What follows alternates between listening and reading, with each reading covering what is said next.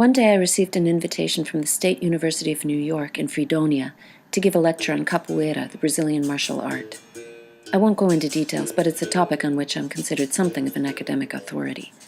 I was intrigued by the invitation. It was the name of the place that hooked me. Surely you remember it from that hilarious Marx Brothers film. Aside from my own curiosity, it really seemed like if there were an appropriate place for Imre Lodbrog to play a show, it would be in a fictional republic led by Groucho Marx. But when I checked online, it appeared that the only feasible way to get to Fredonia was by car. I don't drive, but Imre does. In fact, we'd happily tooled around northern France in his battered old Renault station wagon.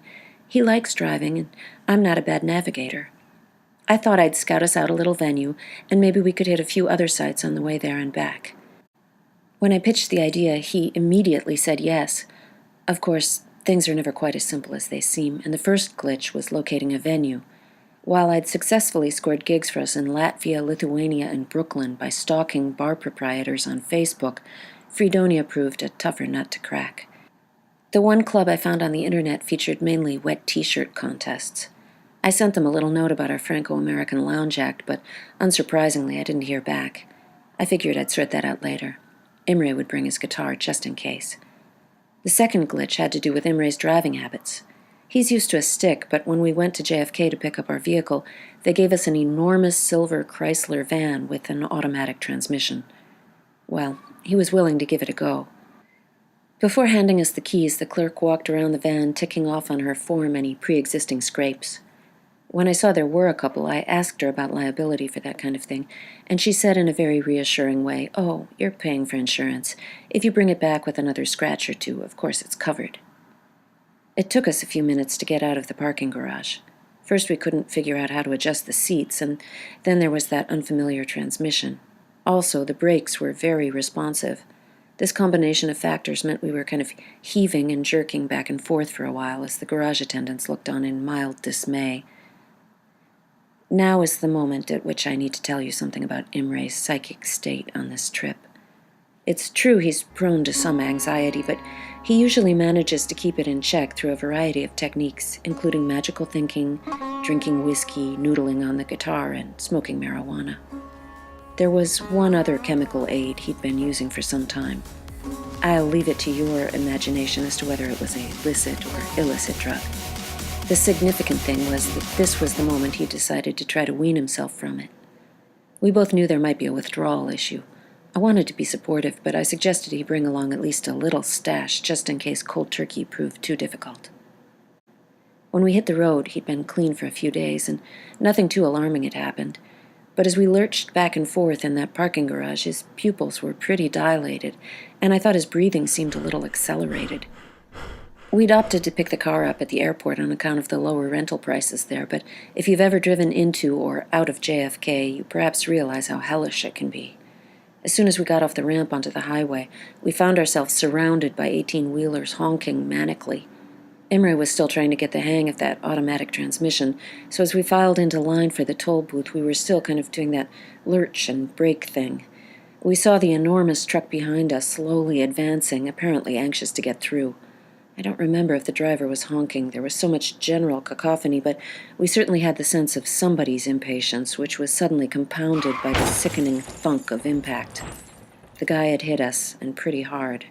He was so high up in the cab of the truck, we couldn't make out his face to see if he was looking apologetic or gleeful, but we had the impression it might be the latter. We remembered that early Spielberg movie, Duel, which depicted a similar situation with terrifying results. We were in the middle lane of a massive highway filled with other possibly sociopathic monster truckers. We weren't sure if the guy had damaged our van, but it didn't seem like the best idea to lurch through 2 or 3 other lanes to get to the shoulder to check it out. I remembered the assurances of that clerk and told Imre to plow ahead for now. Things thinned out a little past the toll, but suddenly the motor shut off and the fuel meter plummeted to 0. Fortunately, by this time Imre had maneuvered his way to the far right lane, so we were able to coast off the highway and into the parking lot of a diner. We checked out the rear bumper, which indeed had an ugly gash from our run-in. I rifled through the rental papers and located the emergency number for roadside assistance. After some confusing telephone conversations, a guy arrived with a modest little Hyundai replacement vehicle. Back on the road, twilight fast approaching, I spread out before me the printouts I'd prepared of the Google Maps driving directions. We were taking I-80 through Danville, Bellefonte, and finally Allegheny National Forest. It didn't look too complicated, but of course we should have known better, and I should have insisted on paying the extra fee for GPS. We ended up, to quote Dante, nel mezzo del cammin di nostra vita, deep in a pitch-black forest, having taken a guess at an unmarked fork. There were no signs, no lights, and no houses in sight. We had no idea if we were going in the right direction. Just as we were considering turning back, Imre spotted a tiny, flickering light in the distance. We pulled up and saw it was a shack with a small neon Budweiser sign in the window. A bar. There was a sign posted on the door that said, "Warning, this is a smoking establishment. Enter at your own risk." We looked at each other and pushed the door open.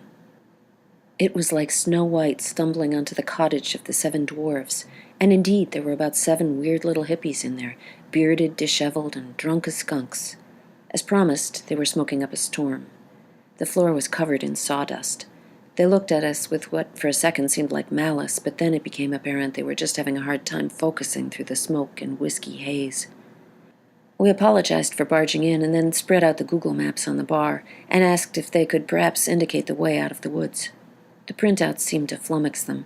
They kept turning them upside down and sideways and squinting. The bartender told us to go back the way we came, but the drunkest skunk of all, who barely managed to keep his eyes open, insisted we'd been on the right path. Something about his certitude inspired more confidence. As we left them there in the smoke and sawdust, the bartender shouted, "Watch out for the bear!" I laughed, but he didn't. He said, "I'm serious."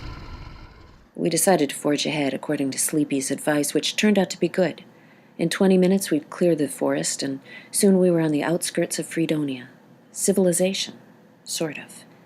It was nearly midnight when we checked in. The only place to get food was the gas station down the street. Imre wanted to go alone. He could use a little walk after all that driving. He returned 15 minutes later with a tall boy and a can of barbecued Pringles. We shared them. To tell the truth, they tasted pretty good. I insisted on putting Imre in the tub after that harrowing drive. I stuck my entire forearm in the water to check the temperature, which seemed fine to me, but Imre claimed it was scalding hot, and he howled like a wounded beast. Finally, I dried him off, gave him a little back rub, and we both passed out. That's not our typical bedtime routine, but it's a pretty good indication of just how exhausted we were. That doesn't mean we slept well. Imre had horrible nightmares, and his tossing and turning kept waking me up. In the morning we were both fried. I toddled off to my lecture, while Imre took a walk around the town, such as it was. When I got back, he seemed subdued.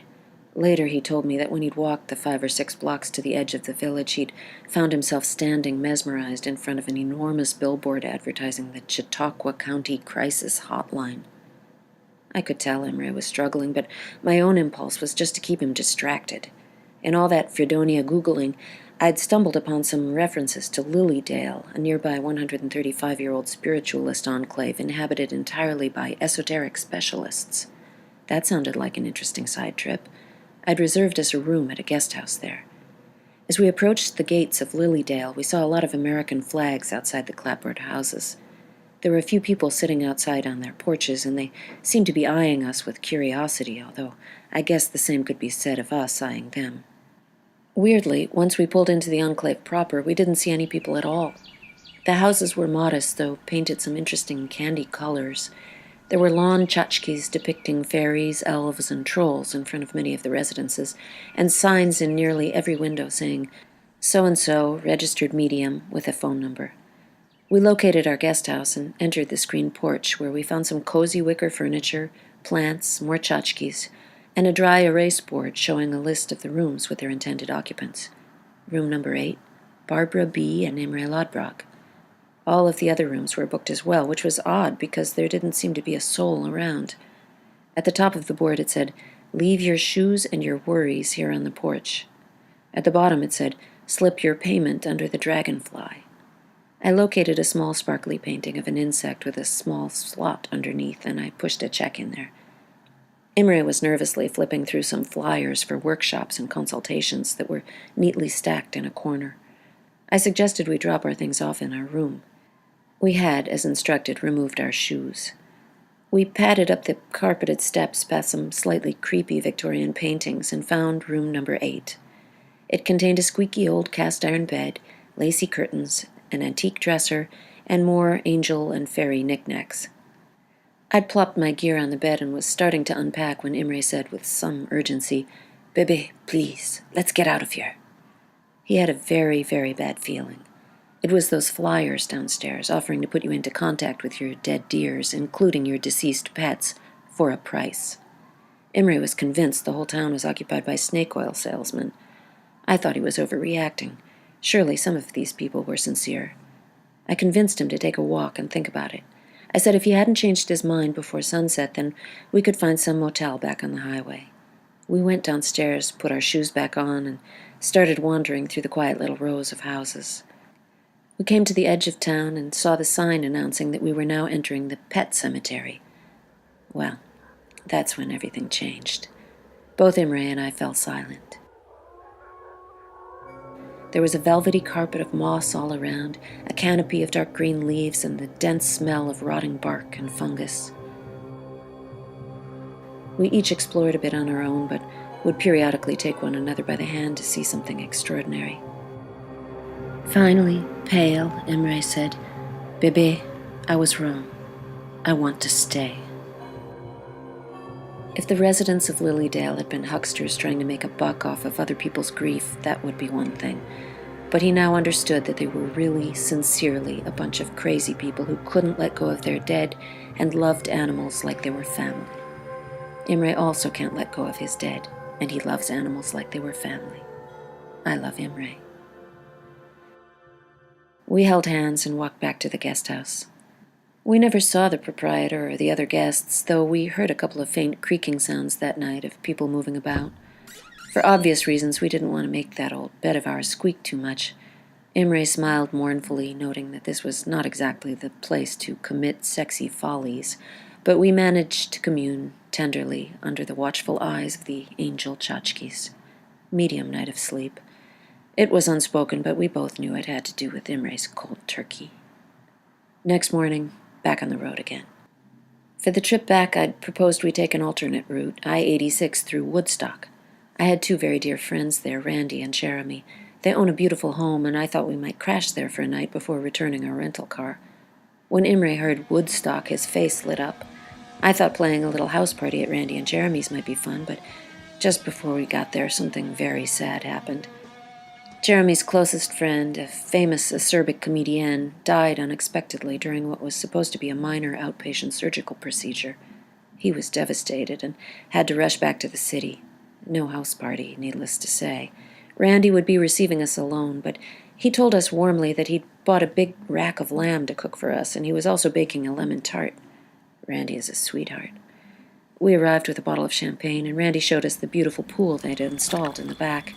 It made a lovely, quiet, sloshing sound as we stared up at the starry sky. We sat on the screen deck with candles all around and sipped champagne. We could smell the lamb roasting. Randy asked about our trip and then said, "Well, I have some news for you. You're not going to believe this." He and Jeremy were getting married. It was a sudden decision, though they'd been a couple for many years. It happened at some recent dinner party. They were seated with some legendary civil rights era judge who said he'd be happy to perform the ceremony if they ever decided to tie the knot, and they looked at each other and thought, why the hell not? Aside from the offer of the legendary judge and the opportunity to throw a great party, it would simplify some legal things about their shared property. Perhaps some of you are also having this conundrum.